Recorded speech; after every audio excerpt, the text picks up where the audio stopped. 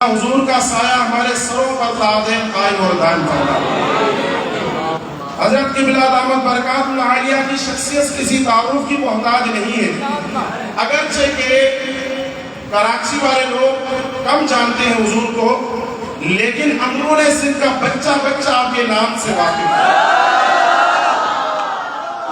میں نہیں جانتا کہ کسی سنی گھرانے کا بچہ جو یا رسول اللہ کا نعرہ لگاتا ہو اور اس کو یہ معلوم نہ ہو کہ دلبر صحیح کون ہے۔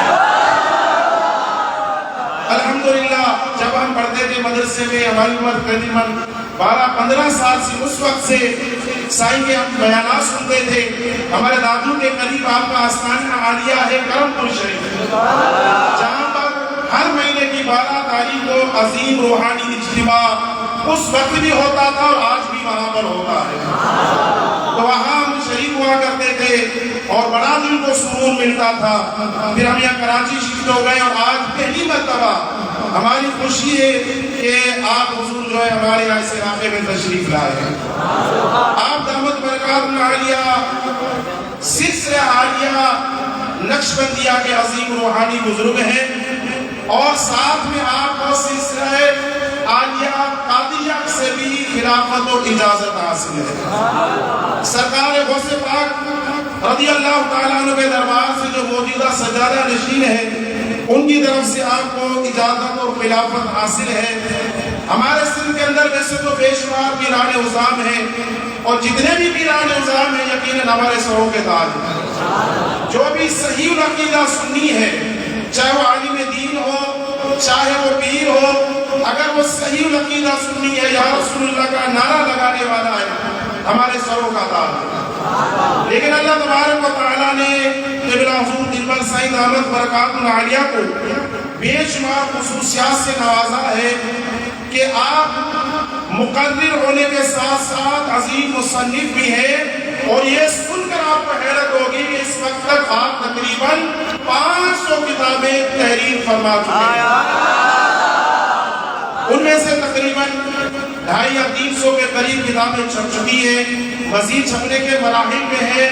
اور میں تو حیران ہوں کہ حضور قبلہ کی اتنی مصروفیت ہوتی ہے کہ دن رات آپ کے کہیں نہ کہیں پروگرام ہو رہا ہوتا ہے۔ اور یاد رکھیے گا، سب سے مشکل کام جو ہوتا ہے وہ تصنیف ہوتی ہے۔ تقریر کرنا بھی آسان ہے، تدریس کرنا بھی آسان ہوتا ہے، سب سے مشکل کام تصنیف ہوتی ہے۔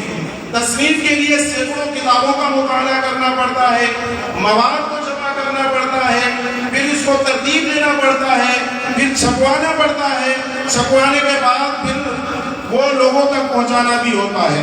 تو یہ مشکل ترین کام ہوتا ہے۔ اس کا اندازہ مجھے بھی ہوا رمضان سے پہلے میری یہ کتاب سندھی زبان میں الہام کی رد پر آئی، تو اس سے مجھے اندازہ ہوا کہ تحریری کام کتنا مشکل ہوتا ہے۔ لیکن قبلہ حضور کہ اللہ تبارک و تعالیٰ نے ان کے علم میں، قلم میں، وقت میں ایسی برکت عطا فرمائی ہے کہ اتنی مصروفیت کے باوجود آپ نے 500 کتابیں تحریر فرمائی۔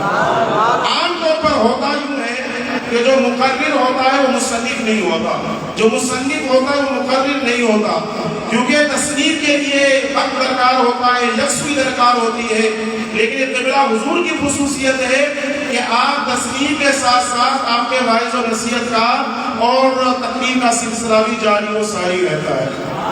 بالخصوص جب ربیع الاول شریف کا مہینہ آتا ہے تو ایک دن کے اندر 4-4، 5-5 مختلف جگہوں پر آپ کے خطابات بھی ہوتے ہیں۔